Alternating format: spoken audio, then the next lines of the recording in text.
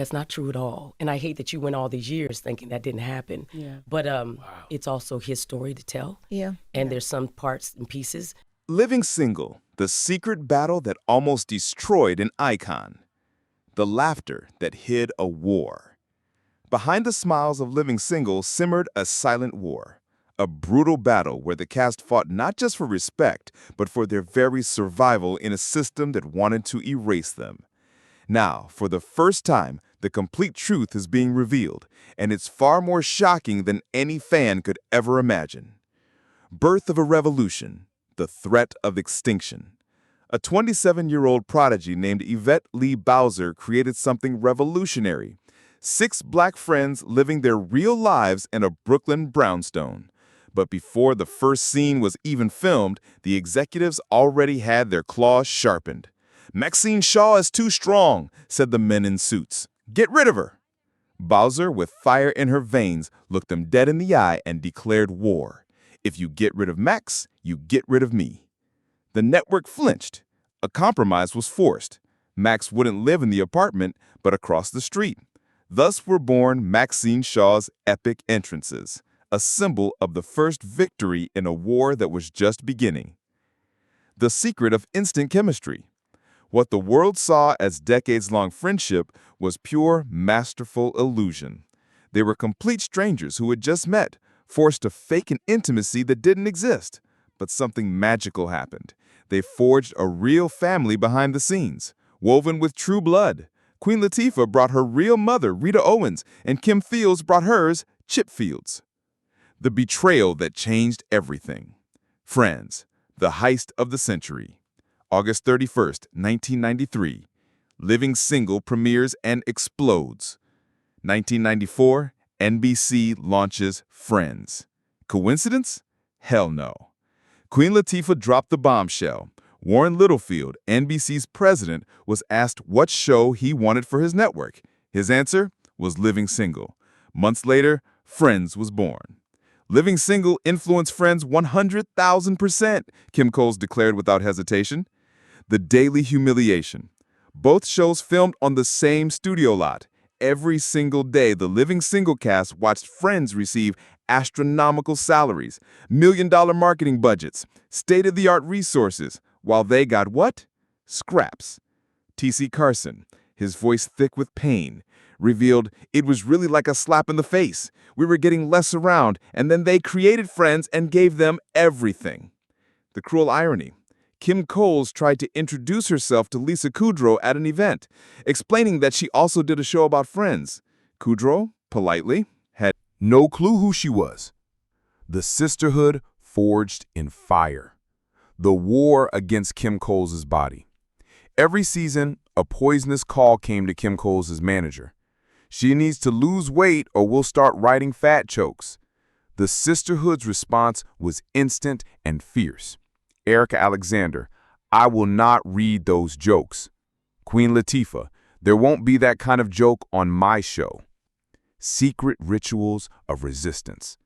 In the dressing rooms, away from the cruel eyes of executives, the women created a sanctuary. They stripped in front of each other, celebrating their real bodies, turning vulnerability into power. Their menstrual cycles synchronized. Their lives became biologically intertwined. The secret key of pain. For 5 entire seasons, Queen Latifah wore a key around her neck. Fans never knew. It was the key to the motorcycle she bought for her brother, tragically killed in 1992. Every day, that key was a silent tribute to the loss that was destroying her inside. The final betrayal. T.C. Carson became the spokesperson who paid the price. He fought for the integrity of the characters. When he saw Kyle and Overton being turned into pathetic stereotypes, he exploded. "You can't put 2 black male buffoons against 4 strong black women." The executives didn't see a passionate defender, they saw a problem to be eliminated. The cruelest lie. Sensing the end, Carson asked directly if he was being fired. The answer was a blatant lie. "We would never break up the group." Then came the final blow. Carson was at home watching his last episode, Kyle leaving for London. 5 minutes after the episode ended, his phone rang. His lawyer. "Your contract wasn't renewed." "It wasn't that I got fired. It was how it was done," Carson revealed, his voice breaking. Erica Alexander's broken heart. Years later, on the Reliving Single podcast, Erica Alexander finally confronted T.C. Carson with tears in her eyes. "You were my comedy partner. Doing stuff without you was weird. I didn't even know how to be Max without you. It was like someone ripped out your soul and said, 'Go ahead.'" The chemistry between Max and Kyle, the beating heart of the show, was murdered by cowardly executives. Resurrection, how they conquered the world. Queen Latifah, from victim to empress. She didn't just survive, she dominated.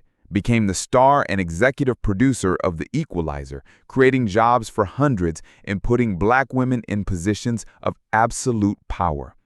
Kim Fields, This silent strategist avoided all the traps that destroy young actors, became an acclaimed director, successful entrepreneur, and star of Netflix's The Upshaws.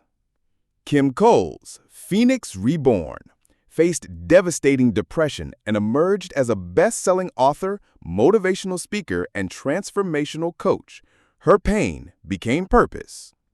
Erica Alexander, the revolutionary, channeled Maxine Shaw's fire into a real mission, co-founded Color Farm Media, producing stories about forgotten communities, including the award-winning documentary about John Lewis.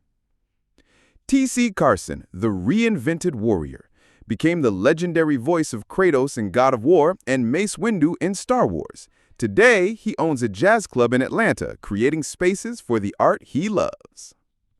John Hinton, the impossible survivor, nearly died in a devastating accident that destroyed his face and broke his body, completely rebuilt himself and returned to stand-up, making crowds laugh on his own terms.